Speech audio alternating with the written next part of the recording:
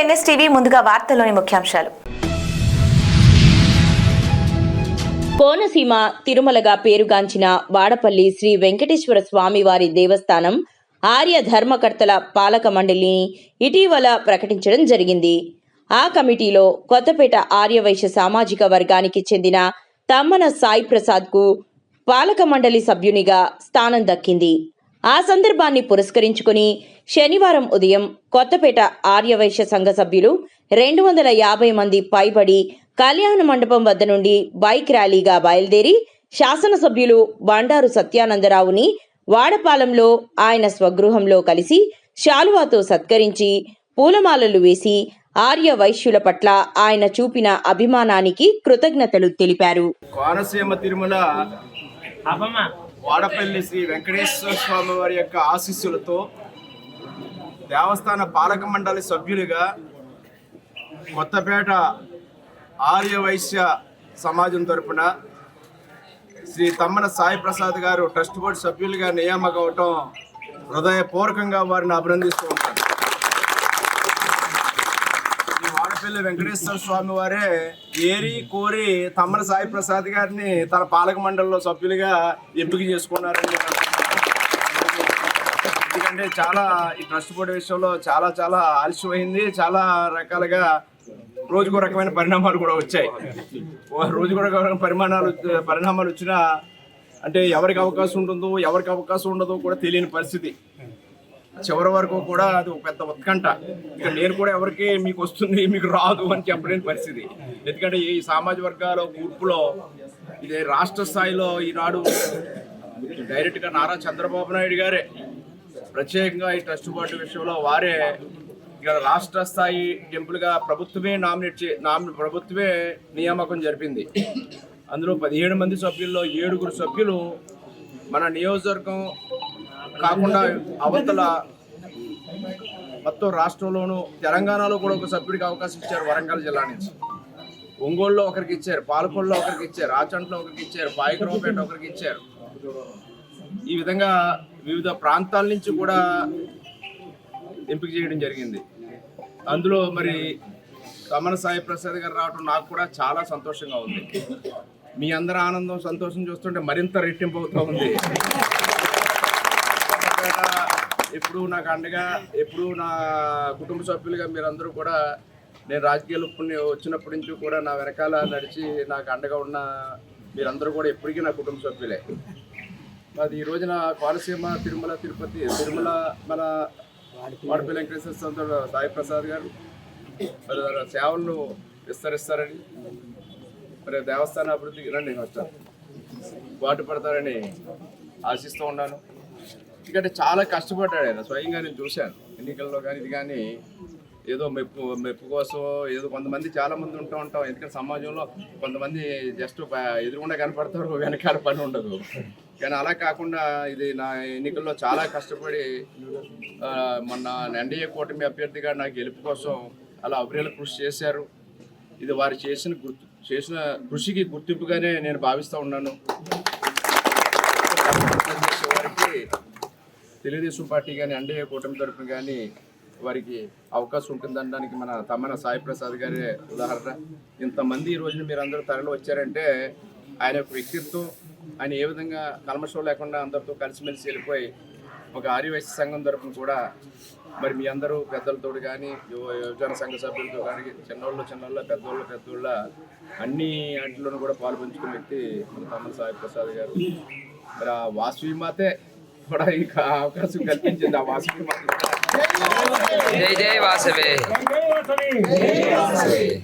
సాయి ప్రసాద్ గారు తరఫున మరి ఒక ఆర్యవైశ్య మన సంఘం తరఫున ఈ రోజున వారికి ఆ గౌరవం గౌరవం కలగడం అందరూ కూడా సంతోషిస్తున్నారు. మన అన్ని వర్గాల వారు కూడా సంతోషం. ఒక మంచి వ్యక్తికి, ఒక కష్టపడే వ్యక్తికి కమిట్మెంట్, అంకిత భావం అంటాం మన దాన్ని.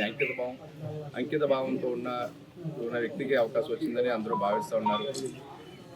సాయి ప్రసాద్ గారిని ఈ రోజున ట్రస్ట్ సభ్యుడిగా చోటు మీరు మద్దతుగా వచ్చి ఈరోజు నాకు అభినందనలు కాదు, వారికి అభినందనలు తెలియజేసుకుంటూ మీ అందరికీ అందుబాటులో ఉంటూ ఇదే కాదు ఏ విషయంలోనే ఏదైనా మరి సాయి ప్రసాద్ గారికి మీరు ప్రోత్సహించండి, ఆయన ఆశీర్వదించండి. ఏ కార్యక్రమాలు ఏదన్నా తప్పనిసరిగా మీ శాసనసభ్యుడిగా అలాగే గ్రామాల కోసం, ప్రజల కోసం, సమాజం కోసం కృషి చేస్తాను. అది ఆర్యవైశ్య సంఘ అభివృద్ధికి కూడా ఏ విధమైన అవకాశాలు ఉన్నా నా వంతు సహాయ సహకారాలు ఇవ్వాలి ఎల్లప్పుడూ నేను అందిస్తానని కూడా ఈ సందర్భంగా మీకు తెలియజేస్తాను. ఈ విధంగా నా ఎడలు చూపుతున్నందుకు నా హృదయపూర్వక కృతజ్ఞతలు తెలియజేస్తాను.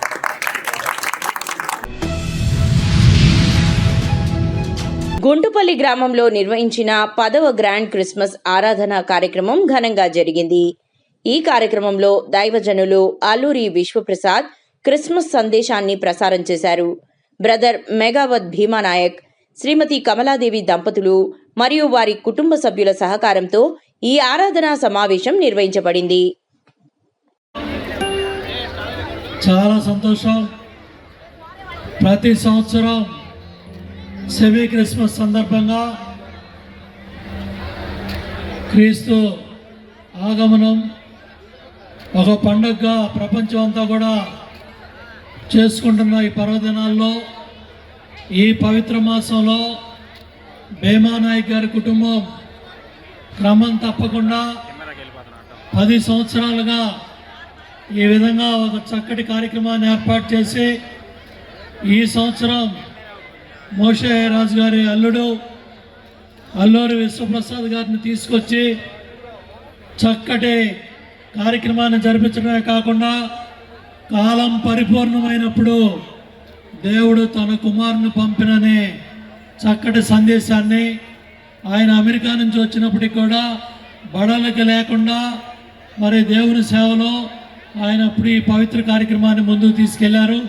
మీ అందరికీ మంచి జరగాలని, మీ కుటుంబాలకి మంచి జరగాలని క్రిస్మస్ శుభాకాంక్షలు తెలియజేసుకుంటూ సెమీ క్రిస్మస్ సందర్భంగా విచ్చేసిన ప్రతి ఒక్కరిని కూడా అభినందిస్తూ చక్కగా భోజన కార్యక్రమాలు కూడా దగ్గర 3,000 మంది పైగా ఏర్పాటు చేసిన భీమానాయక్ గారిని మనస్ఫూర్తిగా అందరూ కూడా గట్టిగా ఒక్కసారి ఆశీర్వాదం తెలియజేసి తప్పకుండా ఇటువంటి పవిత్ర కార్యక్రమాన్ని ప్రతి సంవత్సరం కూడా మీ చేతుల మీద ఇక్కడ జరగాలని కోరుకుంటూ మరి ఏదైతే అందరికీ మంచి జరగాలి, కొత్త సంవత్సరం శుభాకాంక్షలు, కొత్త సంవత్సరం కూడా రాబోతుంది.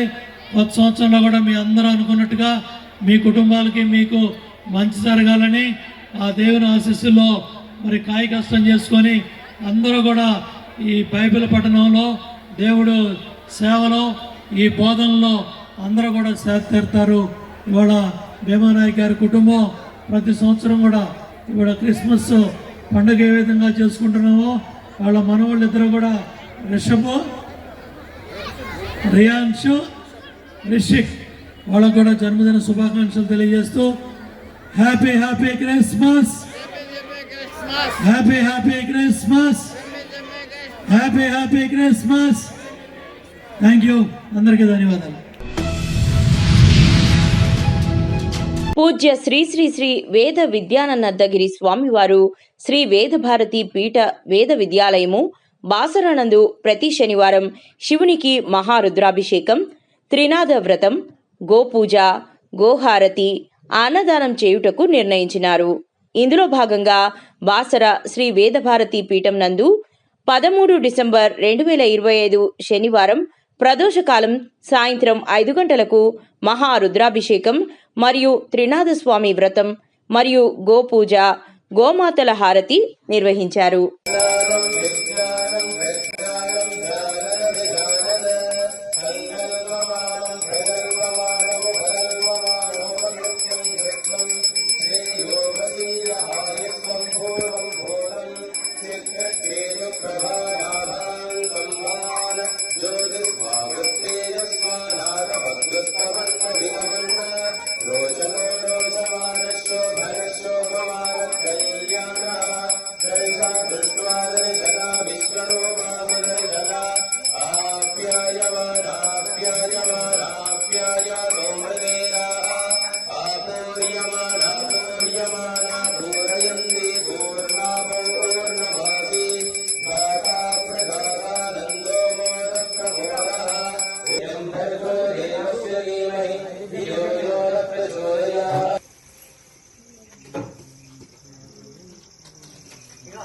तत्त्वाय जीवसे जाताञ्जलिष्यमानाञ्च अमृते सत्ये प्रतिष्ठिताम् अथर्वभिदुं मे गोपाय रसमन्नमिहायुषे अरद्धायो शीलकरो अविशन्नप्रितुं कृणो शत्रुस्य पशोन्मे गोपाय विवादो ये चतुष्पदः अष्टाशवाश्चय इहाग्ने ये चैकशपा आशुगाः सप्रतभवां मे गोपाय ये च सभ्याः सभासदाः प्राणिन्द्रियावतः कुरु सर्वमायुर्वासदाम् अहे बुद्धियमन्त्रं मे गोपाय यमृषयस्त्रैविदा विदो ऋचः सामानि यजोगुंषि साहि श्रीरमृता सदाम् सर्वमङ्गलमाङ्गल्ये शिवे सर्वार्थसाधिके शरण्ये त्र्यम्बके देवि नारायणि नमोऽस्तुते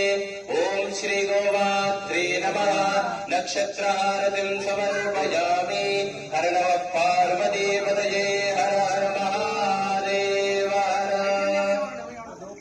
ग्रन्थीरन्तु गोष्ठेरनयन्त्वस्मै प्रजापतेः पुरुरूपाः इह स्युरिन्द्राय पूर्वि ऋषसो ग्रन्थीरन्तु गोष्ठेरनयन्त्वस्मै प्रजापतेः पुरुरूपाः इह स्युरिन्द्राय पूर्वि ऋषसो इन्द्रो यज्जने प्रदतेजसि क्षत्युपे विस्वाहा तथा अर्वा रेणुककाटो अश्वधीरसंस्कृतत्रमुपयन्दिता अभि गुरुगायमभयन्तस्य अनुगावो मर्त्यस्य विचरन्ति यज्वनः गावो भगो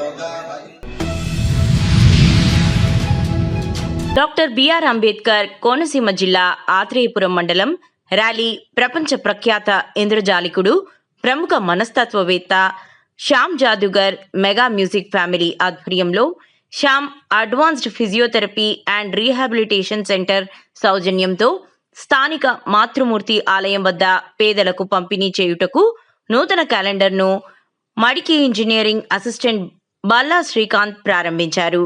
అనంతరం తొలి క్యాలెండర్ను శ్యామ్ తన మాతృమూర్తి విగ్రహం వద్ద పెట్టి తల్లికి ఘన నివాళులర్పించారు. సుమారు 5,000 క్యాలెండర్లను పేదలకు పంపిణీ చేయనున్నట్లు ఈ సందర్భంగా శ్యామ్ తెలిపారు.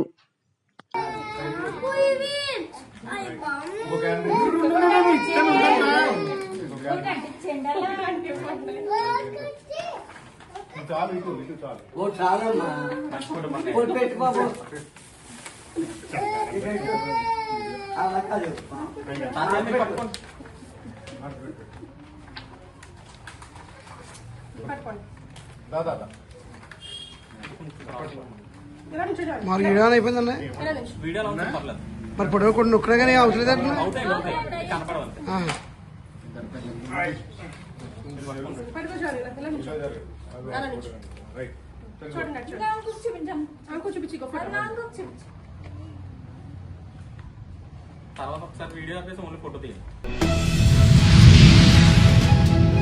నిజామాబాద్ జిల్లా సిరికొండ మండలంలో ప్రశాంతంగా కొనసాగుతున్న రెండవ విడత పోలింగ్. నిజామాబాద్ జిల్లా సిరికొండ మండలం రావుట్ల గ్రామంలో ఓటు హక్కును వినియోగించుకున్న మాజీ రూరల్ ఎమ్మెల్యే బాజిరెడ్డి గోవర్ధన్, సిరికొండ మండలంలో ఓటు హక్కును వినియోగించుకున్న ఉర్దూ అకాడమీ చైర్మన్ తయార్ బిన్